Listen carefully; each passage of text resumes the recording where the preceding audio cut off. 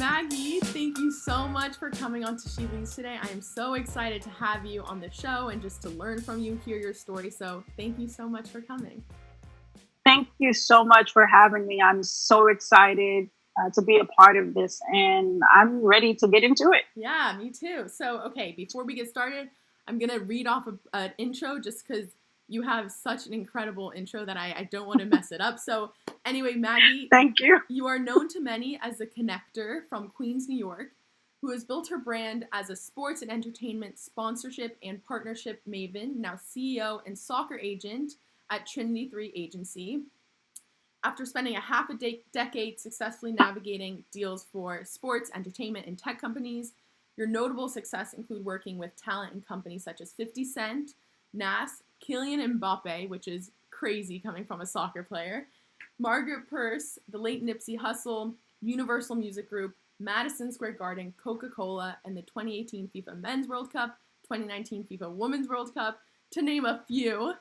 And you are also one of the first African-American female soccer agents on a mission to recruit more minority women agents and to advocate for more minorities in sports. So obviously, Maggie, you can tell I'm so excited to just tap into your story because you are really so inspirational. So, Thank you. Let's get started. I love talking back to when you were 20, 21 years old in college. Where was your mind at? What did you imagine your life being? Where did you see your career going? And what were you asking yourself? Oh, man. So around that time, there was a lot happening for me. I was, making the transition to figure out what do I really want to do? Because growing up, I was a kid that had so many aspirations. I wanted to be a basketball player. I wanted to be a soccer player. I wanted to be a business owner. I wanted to be a lawyer. I wanted to be a teacher sometimes. I wanted to be a singer. So there was so many different things, but I knew it had to revolve around entertainment and sports. And for me, during that phase, I was interning, had my first internship at Universal Music Group, and then I ended up getting hired to work with them. And throughout that time, I was like, okay, I'm going to start this way, but I'm never going to forget the other passions that I have. So at some point, music was going to open up the doors for me to help me get into sports because it was so tough to get into sports without connections. And so at that time, I said, starting here at Universal, I'll work on, partnerships and sponsorship deals for the artists. And then from there, I want to go and explore every single area within entertainment and even within sports, if possible. Yeah. And I did just that. I went on to MTV and got some experience there. I went back into music and was working with 50 Cent. At the time, he tells me he's building a boxing promotions company, which was phenomenal because that was the best way for me to get my foot in the door and gain some experience. Yeah. I was a fan of boxing from watching the sport, but didn't know much about it from the business side. And so I got a chance to learn. But one thing I did know was sponsorships, and I understood partnerships. And I knew by working on sponsorships for the boxing and for the company and for the boxers, this is a great way to get my name out there within the sports world. Yeah. And so I did that. And then I started to gain even more traction. I went and was working with the NBA on their All-Star weekend and working with the NFL for Super Bowl and working with MLB for their All-Star game. And I was like, okay, I still need to tap into soccer because that was a true passion of mine. And I then remember talking to a friend while I was a brand ambassador for Nike, Jordan brand. And he's like, you should look into like MLS and those things. And I said, yeah, but it's tough to get in. Yeah. So I then said, well, I always wanted to pursue my master's, and I went to Northeastern to study sports management and project management. And during my courses, I started to read more about the agency world and what that was like. And I said, well, I've always thought about it, and I thought about it within the soccer space. But I said, I don't know. I don't know if I'd be able to do it because it's tough. And I didn't see females, and I didn't see Black females that looked like me. So I just said, man, this is going to be tough. So that's what my mindset was during that time. Yeah. Okay, so let's backtrack even coming out of college and you want to go into music to almost like soccer, sports in the back of your mind, but you're like, okay, music is a way to get there. But I think even you're skipping over the fact that it's like not easy to get into music either, it seems. So No, like, it's not. so It's like, not. You're right. yeah, so how did you do that? Like what, like what do you attribute that success to getting a foot in the door with 50 Cent? Like that's not an easy feat to do. So yeah. No, it's definitely not. So here's the interesting thing about music and with me and even my family. So Yeah. growing up, my uncle is like a celebrity barber. So he would cut a lot of celebrities' hairs. Yeah. And he knew I was a huge fan of Nas, but he would never let me meet him. And I'm like, okay, that's not fair, but whatever. Yeah. But then there would always be a gentleman at my house. And I'm like, who is this guy that's always cutting his hair? He's very loud. And he's like, well, that loud guy is the manager for Nas. And I'm like, no way. He's like, he lives 2 blocks from us and he's a good friend. And I'm like, wait, so maybe he could make something happen. Yeah. And so he would always bring over promotional items because, before social media and the internet, they were handing out, items, whether it was notebooks or promotional T-shirts. And so I would just stack up on everything that I could get that had anything with Nas on there. And I just remember asking him a question, how did he get to where he was? And when he explained it, and I said, okay, I'm going to do that. I'm going to go into marketing and I'm going to do some of these deals and then I'm going to cross over into sports and do more deals. And that gentleman, by the way, his name happens to be Steve Stout. And so, I owe a lot of that to him. I owe a lot of that to my family because then my aunt was also in music at Atlantic Records record label. So seeing all of that, it's like, okay, this is happening. Yeah. Somehow, some way I'm going to get my foot in the door. And so what I did was, instead of using family, I applied for an internship and I wrote, a cover letter of my story and how I fell in love with music. And then I got the call back. Incredible. And I think one thing that's so special that really tells a lot about you is just this idea where you take the opportunities that come. Like you saw this man in your house and you're like, I want to learn more. I want to talk to him more and learn about the industry. So I think that's something that's very, a lesson that a lot of people can take away from it. I think that's great. Absolutely. Absolutely. So tell me now about the transition from music to sports. You said you didn't see many females in sports, let alone African Americans, people of color. So how did that ever deter you or did that motivate you more? And what mindset did you have with all of this? To go into soccer? Yeah. And see women. So it really started when I was at the World Cup in Moscow for the 2018 Men's FIFA World Cup. And when I noticed players like Mbappe and Jesse Lingard and, all those different players, I'm like, well, let's see what their representation looks like. Yeah. And then I said, okay, well, they don't have people that look like them. I mean, for Mbappe, at least he had his family. Yeah. But when I look at other players, I'm just like, man, this is interesting. And then I started to do the same thing during the Women's World Cup. And I noticed some of them had some females, but a lot of them didn't. When I look at the USA in particular, the women's national team, I said, whoa, wait a minute. No way. Something's off. There's absolutely no way that they are not represented by a female, especially someone like Maggie Ntim. Yeah. So I said, this is interesting. So I went home and I started building and building and building thousands and thousands of spreadsheets and just researching extensively on all the agents. Yeah. So whether they were from the Federation of the US or they were from England. And then I started to look at the percentages and calculate myself with females. And I said, wow, really none. It's such a small number outside of the USA. Yeah. But in the USA, it's like a number that doesn't even exist. Crazy. And so it just really inspired me. And I remember talking to a friend who's an agent out of England, and he represents Raheem Sterling and a few other guys from Colossal Sports. And, he said to me, it's going to be a challenge. Yeah. But I don't think for one second that you can't do the job because I know you. Yeah. And I said, but it's bigger than just, wanting to be an agent. It's wanting to fight for these women to get equal pay, to get what they deserve and what they're worth. It's wanting to help these women build brands off the pitch from different partnerships. And you don't have to be the number one soccer player or even just the number one player on the women's national team, but it's really just, believing in you and understanding that you have a brand and that you are a brand. Each and every one of you are, a brand. And so um, when I, sat down and made a decision and I said, okay, I'm going to do this. And the best part about it is it doesn't matter if I fail. What's important was that I tried and made the effort. And so here I am. Yeah. And did you ever have people telling you, like you had the one guy, he said, it's going to be hard, but you can do it. Did you have other people saying like, it's not worth, like maybe stay? Absolutely. And how did you react to them? And how did you kind of put it aside and be like, no, this, like, thank you, I'll prove you wrong? I always laugh about it at first. Yeah.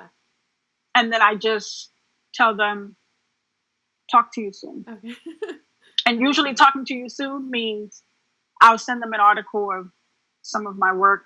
I've had the same thing entering into the music business where people said there's no way that you're going to be able to work with, this artist or that artist, or even, combine music and sports, or combine, your passions for music and tech, or sports and tech. But when I look at putting together an artist like 2 Chainz and Chad Ochocinco during the EA Sports tournament, that's possible. Yeah.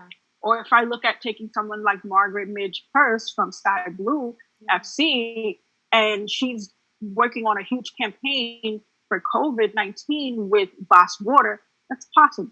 Incredible. Or if you take Kylian Mbappe and we're helping launch a new foundation in France for 98 kids, it's possible. Amazing. Or taking someone like Jadon Sancho and building a Nike pitch at his old school South Lambeth in South London, possible. Yeah.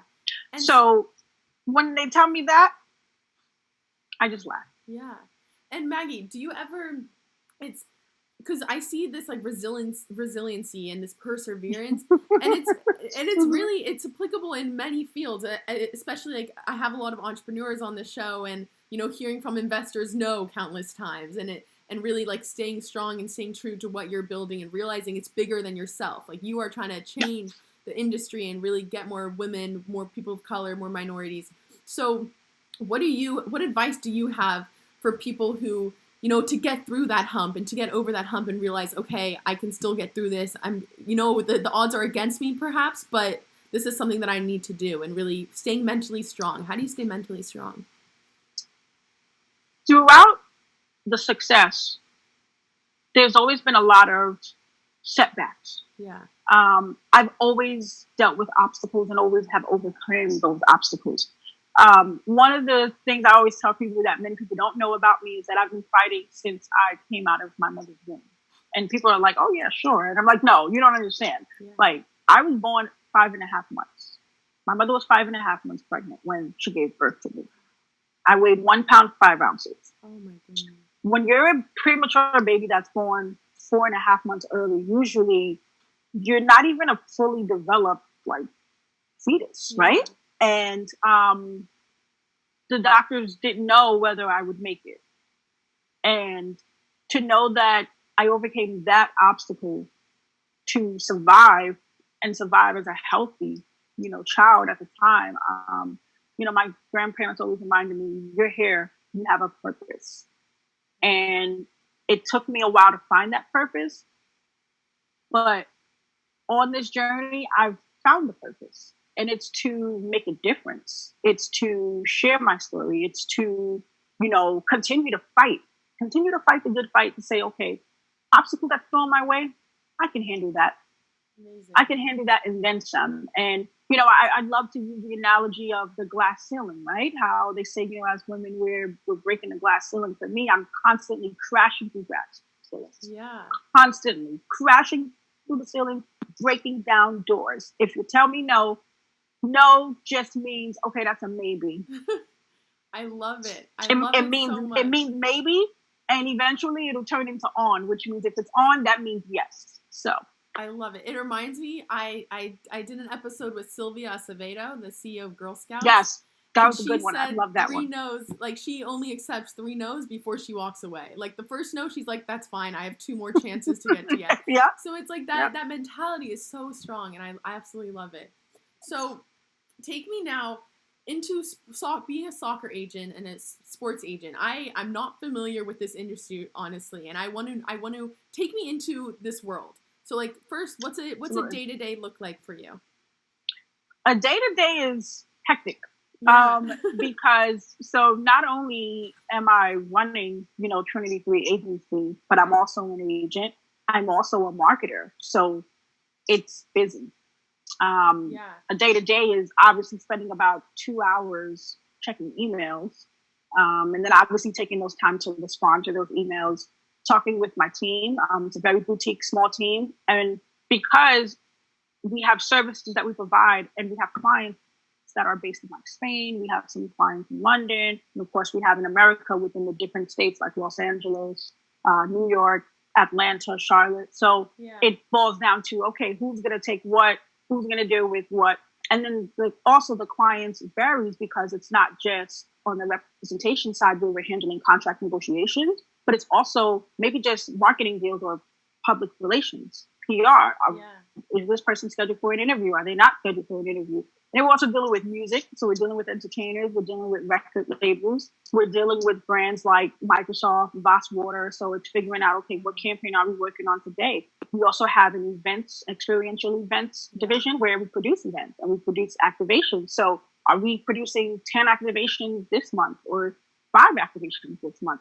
Which one of our clients, whether that's Imape or Santru, which one of them has something coming up that they want to tie into a brand partner that they currently have? Yeah. Whether it's like Imape can end up doing something with Hublot, and it could be an activation event to promote a new launch. So we may have to manage that. So it's tying in all of those things.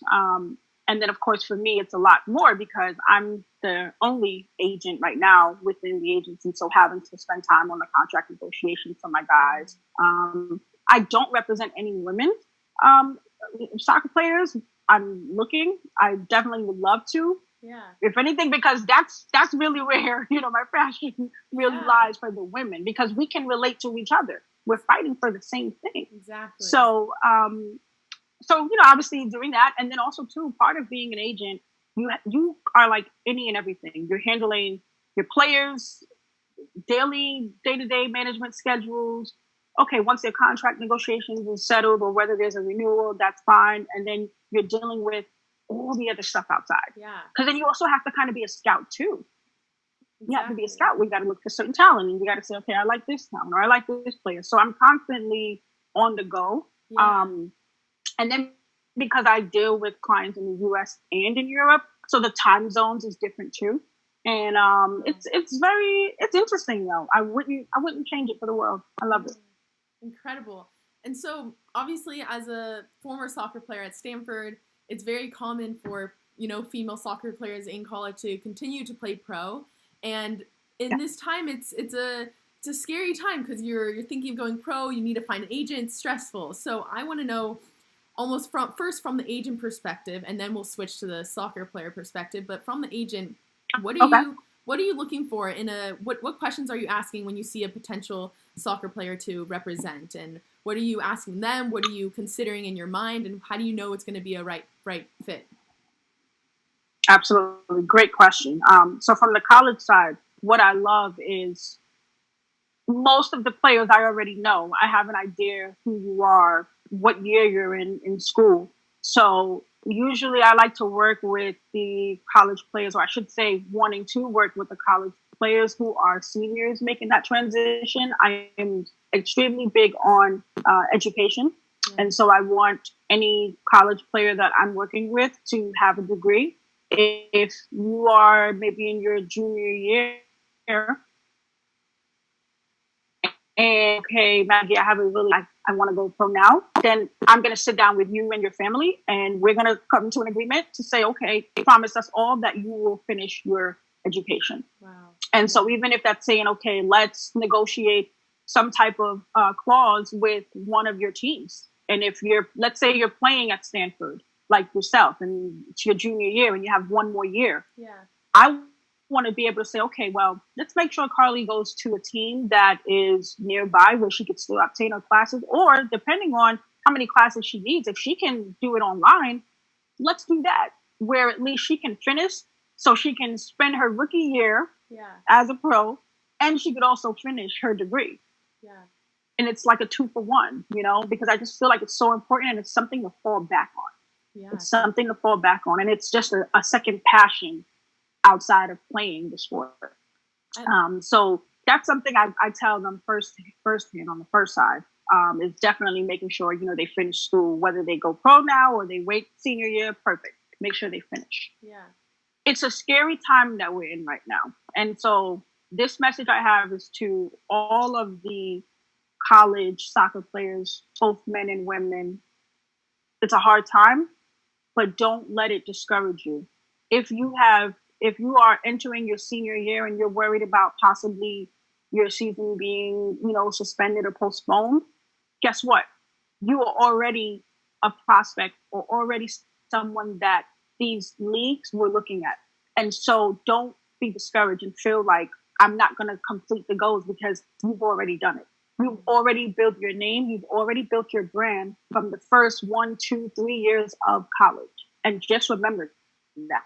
Yeah. And so what you do in this time is, if that does happen to where your season is suspended, take advantage of social media. Show some of your highlights. Highlight your previous work. If you won an award for maybe All-American, highlight that. If you scored 3 or 4 goals in a game, highlight that. If you attributed to having 2 assists in a game, show that. Right. Because that's all a part of your brand. Those are all accomplishments that you have made. And that also shows scouts or coaches or even agents, wow, this person does have it. Yeah, definitely. This person does have it. I think that's so great. Also, I think the value and education that you have is definitely a special and like a realistic view almost, because you said it's something to fall back on and it's important. So I think that's really, really important. And then absolutely.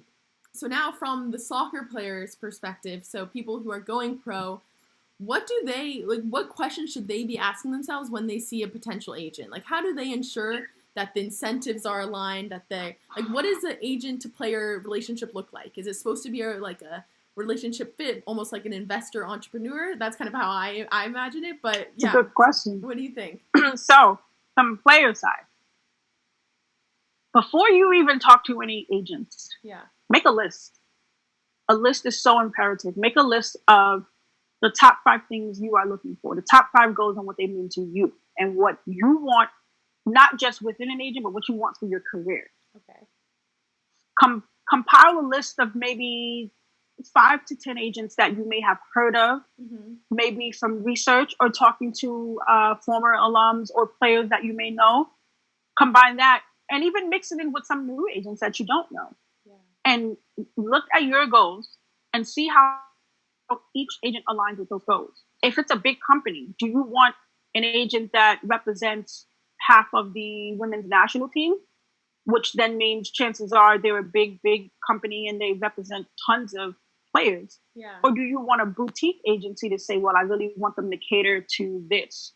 And then also think about off the pitch. That's extremely important. Which company or which agent has those relationships or has a portfolio that shows that they have built a successful brand for their client off the pitch? And then also think about this, because this is something for me as an agent and with my agency. I don't sign players that cannot provide 2 things. One, their 3 to 5 life plan, which should be after soccer. And then also whether or not they have ties to a charity or if they want to start a charity. Those 2 are so imperative to me at Trinity Free Agency. And so when a player is coming to us, whether they're in college, it's never too early to say, okay, well, I want to plan for this. Or I have an interest in real estate. And so even though I know I want to play pro, this is something I want to tap into also. Wow. That's what an agent is supposed to do, to make sure that we accomplish all of your goals and we're helping you on and off the pitch. Yeah, I love it. I would look at those things. That's great. And almost, like asking them the charity, like that's incredibly special. I feel like I don't think that's common, and it really taps into not only like the person. No, it's not. So yeah, that's amazing. I really love that, and I think this will be so helpful for so many people, especially a lot of my friends who are now thinking of going pro and whatnot. So I think that's very, very good. Yeah, but absolutely, yes. I would say make a list. Make a list. It's so important to have that list. Yeah. And know what you want, know what you're looking for. I think a lot of times people will sign with a major agency because it's a major agency, right? And they're well known. But the question is, think about it. You're just one of 100 other players. Yeah. So when you go to that agency, ask them, how much time are you going to devote to me? And not just on the pitch with my contract, but off the pitch. And really quick before we move on, just at what stage do you think that list should be made? Or like at what stage should they start thinking about agents? Because I feel like it could be a very quick, like stressful process where you're like, okay, yeah, I choose you. No, you're right. I would say for me, probably like, because I'm so big on education, I would say by junior year. Because if you complete your junior year and you go pro for your senior year, so obviously you're ineligible to go back to school, right? Yeah. Then at least you've had about a year's time. But honestly, it's never really a time frame, because you could start by freshman year and say, well, I like this agent over there. Yeah. And I like what they're doing. And you can just even, kind of become informed with their company and what they're doing and some of their clients. And then as you start to build your brand within, college, you can then say, well, I've always had my eyes on this agency since my freshman year. Right. And I think I'm going to go with this one. And honestly, Carly, making a decision to pick an agent, always trust your instinct. Whatever your instinct tells you, if your instinct says, I like this person and I feel comfortable, I feel like they're going to really take care of me, then you can make that decision. But if it's not off the instinct and it's just influences from other people, don't do it. If it doesn't feel right, don't do it. Yeah, I love it. And so, okay, before we move on to fun questions, I do want to ask you, obviously we've talked about it, there are not many females in agents, and being an agent, being a soccer agent, whatever it is, especially people of color and minorities. So if you could attribute one thing that needs to change, or one step that needs to happen to really like take it to the next level, what would you say that is? In order to become an agent, or I think just to almost like bring light to the fact that you're female, you're interested in this, like how do we raise awareness, or like raise light to the fact that like you could be an agent, and we need to bridge that gap between the male and females. I mean, it definitely starts with media, right? Like exposure, so getting more exposure. But to me, I say I've had the opportunity to interview at a few places, and to, or for me at least, I thought that was set in the plan for me to be a junior agent at another agency, but that wasn't the plan that God had, right? So, because it didn't work out, and I ended up starting my own. And so I always tell people, look, I was asking for a seat at someone else's table. I didn't get the seat. So instead of, trying to find another seat, I just decided to create a whole new table and build a table.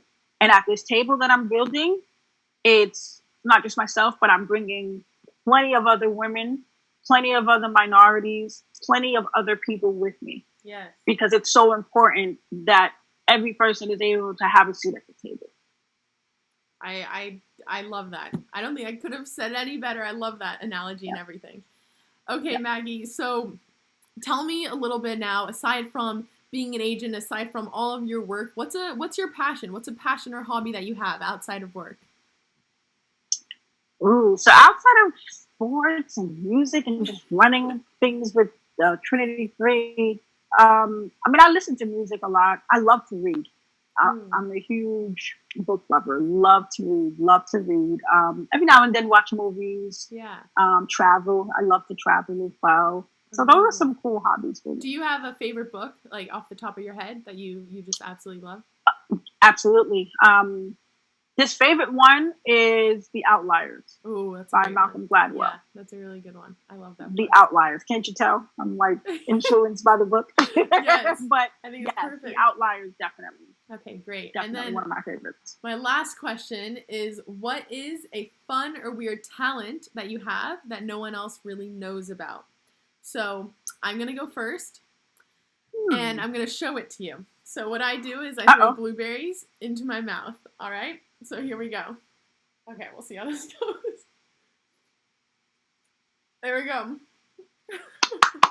Wow. I mean, I could do that too. I don't have any blueberries right now, but I mean, a weird talent or interesting, maybe a hidden talent. Most people don't know. So I used to sing a lot. And like literally, I used to just pick up any object in the house and just sing with it. I love it. My grandmother used to say they would have to like hide pins because I used to go to church and I got somebody's drumstick and I would use that as my microphone. Oh my and God. then they hid the drumstick from me, so I couldn't find it. And then I found a different one, and they were like, "Okay, we're gonna hide that too." And so I was like, "Well, since they're gonna hide everything that I'm using, let me just use a pen." And I would use pens as like my microphone to sing. I love that. And That's so hilarious. my grandmother always tells the story. She's like, "Oh my God, I thought she was going to be a singer." The way she would like look for all these objects to hold at her microphone, just sing. And that's a hidden talent because many people don't know that. That's a great one. I love that. And then, so Maggie, where can people reach you most easily? Like, where can they find you? Where can they learn more about Trinity 3 Agency and everything else? Absolutely. So for the agency side, it's trinity3agency.com. Okay. And then you can also find Trinity 3 Agency, the company, on social. So on IG and Twitter, it's Trinity 3 Agency, Facebook as well. And then for myself, you can find me on Twitter, Agent Maggie Ntim. And then on Instagram, it's Maggie.ntim. Amazing. Thank you so much. It's been so fun just to learn more about this industry, about you, and just all the lessons learned. I loved it so much. So thank you. Absolutely. Thank you so much. And I love what you're doing. And please keep highlighting and continue to highlight amazing women because, as you know, we're better together than divided. And it's just so encouraging and really empowering. So definitely keep doing it. Amazing. Thank you.